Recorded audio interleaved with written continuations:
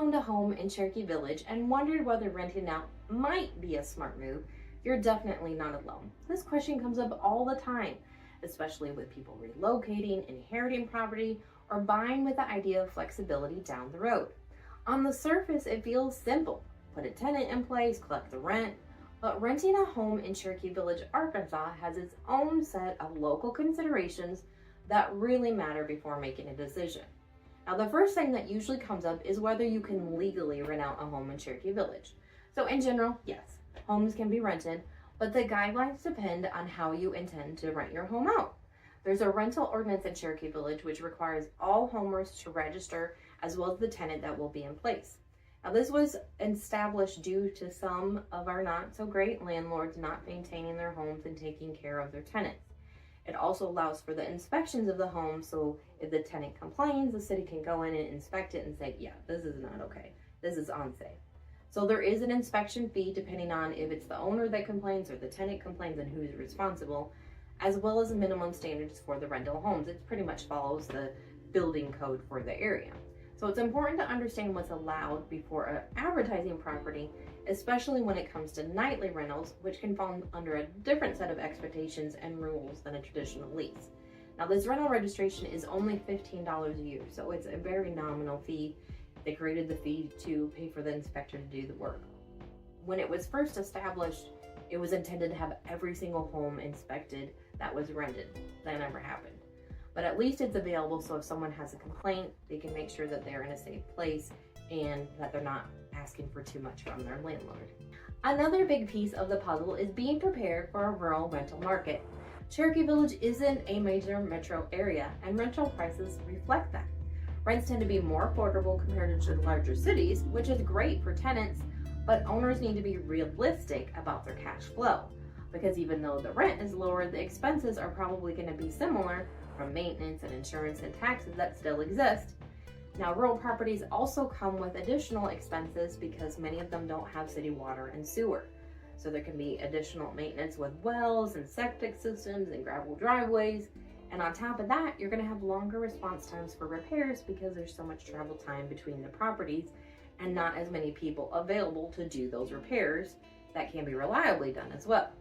So those factors don't make renting impossible, but they do mean planning ahead and having the right expectations.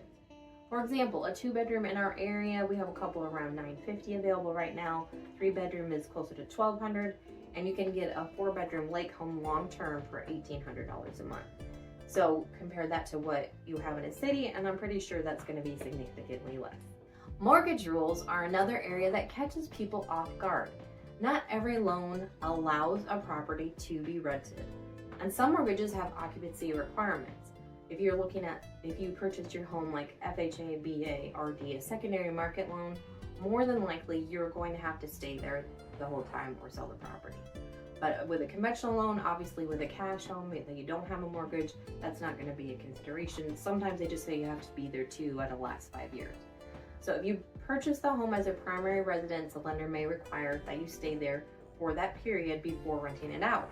So switching to rental without checking your loan terms can cause issues later. Most mortgages have a due on sale clause, or say that you have to be the primary occupant. So it's always smart to confirm with your mortgage company, or you can just even pull the copy of your mortgage from the county office and see what it says about being able to rent out your home. Another decision to consider is whether you want to go ahead and sell your home or rent it out. This usually comes down to goals and timing. Renting can make sense if the property has a low mortgage, strong condition, and long-term potential. So you can actually make money once the rent's paid in, you pay the repairs, maybe pay a management fee, and you still have money left over after the mortgage is paid. That would make sense to rent it. If it doesn't necessarily work out that way, it might be better to sell it. Or it's also going to depend on the market. Is it a buyer's market? And you probably may consider renting because it's not a seller's market and you may not get as much out of your house if you go ahead and sell it right away. Selling may make sense if the home needs major repairs, if managing a rental doesn't fit into your lifestyle because you're far away, or if the equity is better used elsewhere. Now in Cherokee Village, the market condition, demand, property type, all are going to play a role into which option feels right for you as well as for the home. Of course, right now we're pretty much still in a seller's market, so normally I would say lean towards selling. But if it's not the right time for you, then you may go ahead and want to rent it. If renting is on the table, the next question often becomes long-term or nightly.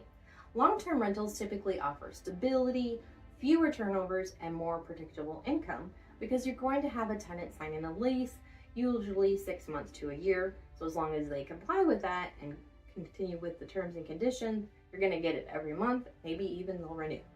Nightly renters offer higher income potential because of during the busy season, you could rent it every weekend, but then you're going to have a lot more hands-on management, cleaning, and vacancy swings. Now, our busy season is usually from Memorial Day to Labor Day, so that is a very short time period for the nightly rentals. And then you could consider renting it longer term during the off season to fill in the gaps and at least cover your maintenance, insurance, and taxes and utilities, things like that. So in a smaller community like ours, demand for nightly rentals can really vary, but if you have a lake home, maybe even a golf course home, you're going to get a pretty good demand because there are no hotels or motels in Cherokee Village. There are some in other nearby communities like Hardy, but make sure that you understand what kind of renter the area attracts more to help shape the choice that you make about your home. It's going to depend on your needs as well as what the home offers when you decide between that nightly and long-term rental. It's also important to think about who will manage the property. Some owners handle everything themselves, and that can save you a lot of money, while others use local property management. I would highly encourage you to consider local property management if you are out of the area, especially out of state, because a local property management person will know the laws about that, such as you have to be licensed realtor to manage property for somebody that's not the owner. It also gives you a chance to check on the property physically as well as meet tenants in person, because there's plenty of scams both on the landlord and the tenant side. On top of that, you'll need to know the people that are doing the work on the property, make sure they're completing it correctly, and that they're reliable people. And you also want to have someone that can be available to handle emergencies and any tenant communications. So the right setup can make renting feel manageable, while the wrong one can quickly feel overwhelming. At the end of the day, renting out a home in Cherokee Village can be a great option for some homeowners and not the best fit for others. Local rules, rural realities, mortgage terms, personal goals all play a role in making the right call. Taking the time to evaluate each piece before jumping in usually leads to better outcomes and fewer surprises. So if this conversation has you thinking more broadly about how to use your real estate for personal enjoyment, income potential, the next step is exploring a different angle. Be sure to watch the video on whether you should buy a vacation home, because that decision opens a completely different set of possibilities worth understanding before making your next move. Thanks for watching and have a blessed day.